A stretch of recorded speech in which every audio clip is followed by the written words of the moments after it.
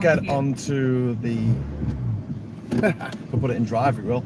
We're about to get onto the tunnel. We're about to get into the tunnel. About to get onto the tunnel. Onto the train. We're about to get onto the train. That's flapping about a lot, isn't it? Shaky cam.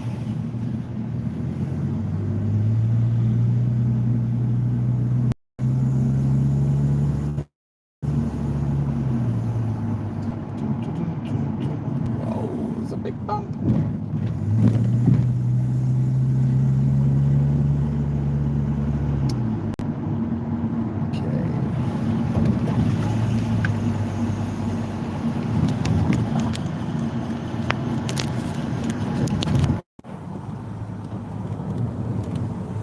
Okay, if you're just joining us, welcome. I'm Graham and I'm with Natasha today, and we are heading over to Germany to go and fetch Oliver the dog, who was supposed to come with us 3 weeks ago when I first took Natasha and her two kids over to Stockport in the UK near Manchester. We basically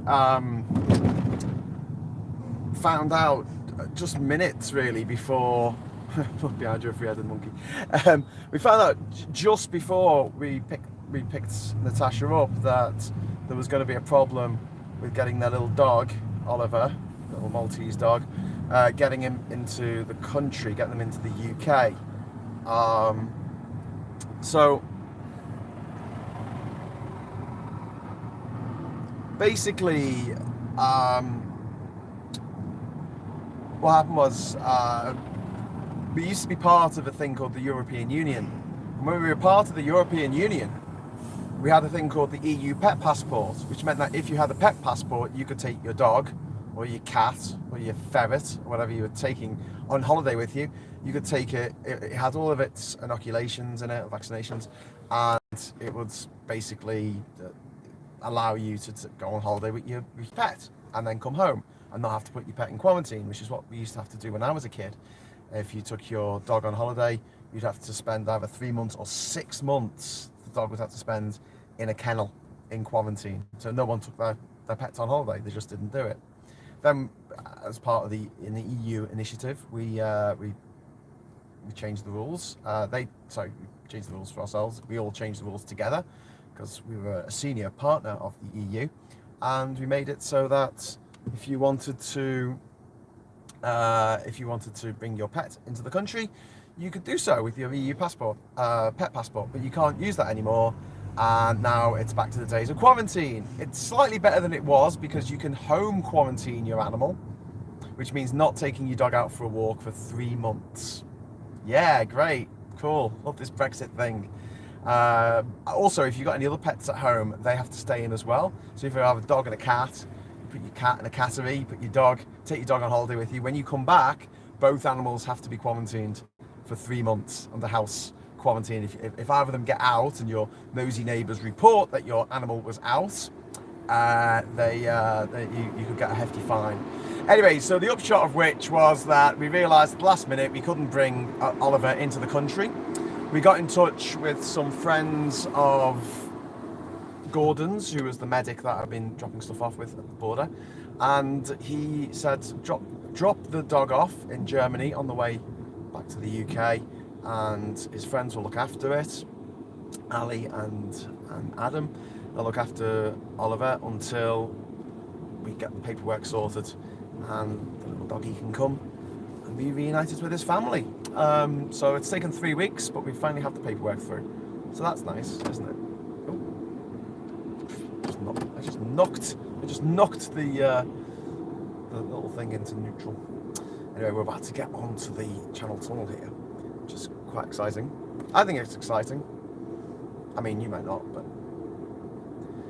we're kind of just sitting here at the moment. Exciting stuff. The guy in front. Oh, okay. I've just got my customs declaration through or something. Basically, it says that I'm in the green channel, so I don't have to stop for an inspection. So yeah, so basically, as a result of Brexit, we not only have to go and get the dog, we also are late getting on the train. We were booked on for the train before this, which left 10 minutes ago, but we arrived half an hour late. Why did we arrive half an hour late? I hear you ask. Well, the reason was we stopped on the M20 to use the loo in the services there, and then the entry slip road back onto the motorway is closed, so we could either go back along the motorway for a few miles or drive through the back streets of Kent. So basically that's what we did. We went through Kent, and it meant we were half an hour late. And why was the slip road closed? Because of Operation Brock, because of Brexit. So, you know, ruining people's lives 1 hour at a time. We're in the tunnel now. This is quite exciting. Hope this is exciting for you.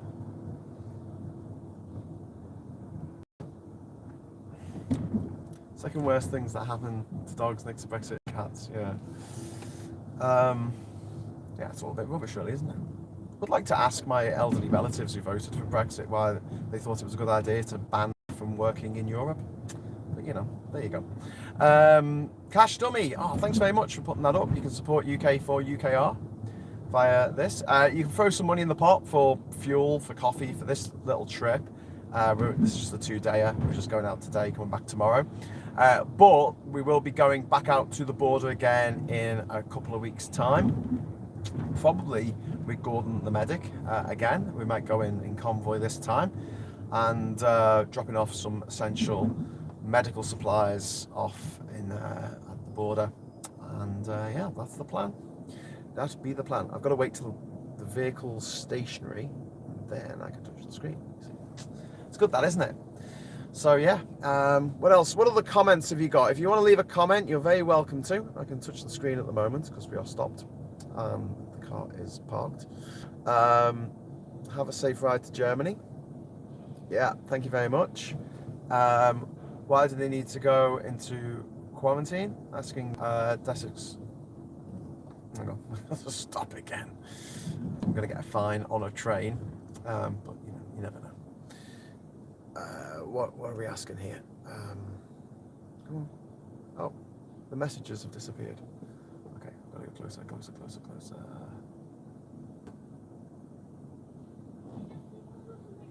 Okay, handbrake on. Into park. Did you get a video? Yeah. Oh, it's cool. That's boss. Okay. Right.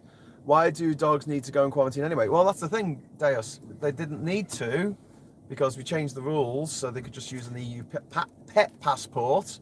But then we decided that we didn't want to be part of the EU anymore because it was mean and nasty and telling us what to do. And so we left because some foreign billionaires told us to, like Vladimir Putin, Rupert Murdoch, Evangely Lebedev, you know, all absolute scumbags. In fact, Lebedev, he had a meal with Boris Johnson and Michael Gove in which he persuaded them to back Brexit. He's the guy who owns I think the Evening Standard and the newspaper.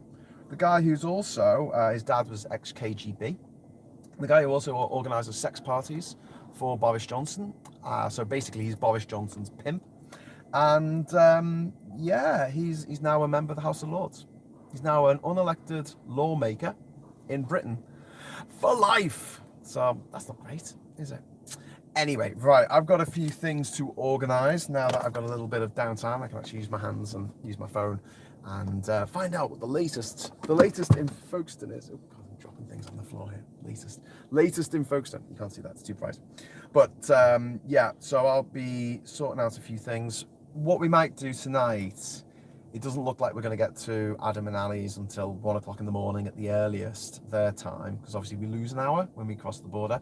So we're probably not going to get there till after 8 o'clock.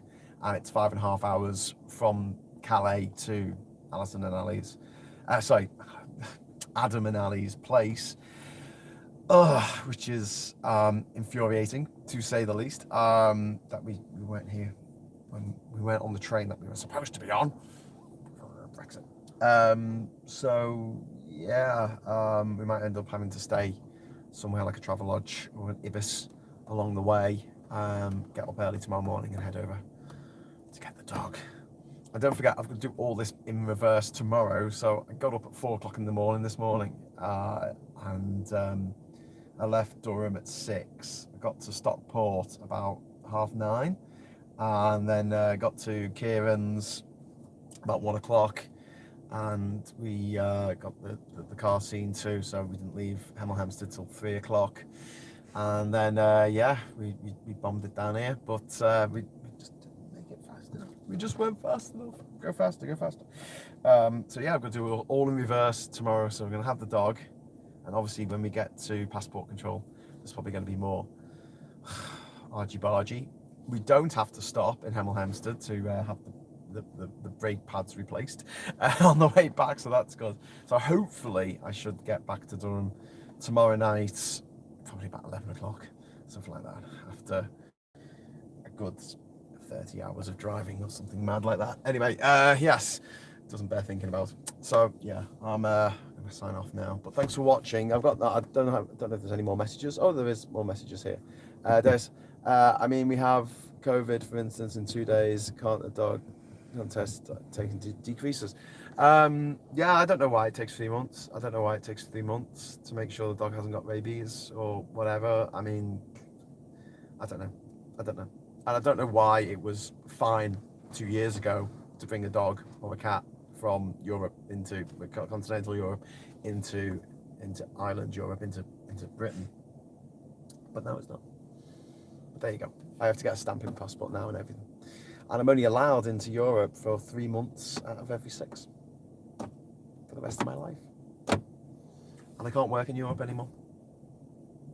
Used to be able to work in 31 other countries, and now I can't. Like, work without having to ask permission or pay for a work permit. And now I can't, which sucks. Anyway, let's go get a dog. Operation Fetch the Pooch. Okay, thanks for watching. We'll be back with more very soon once we are in France.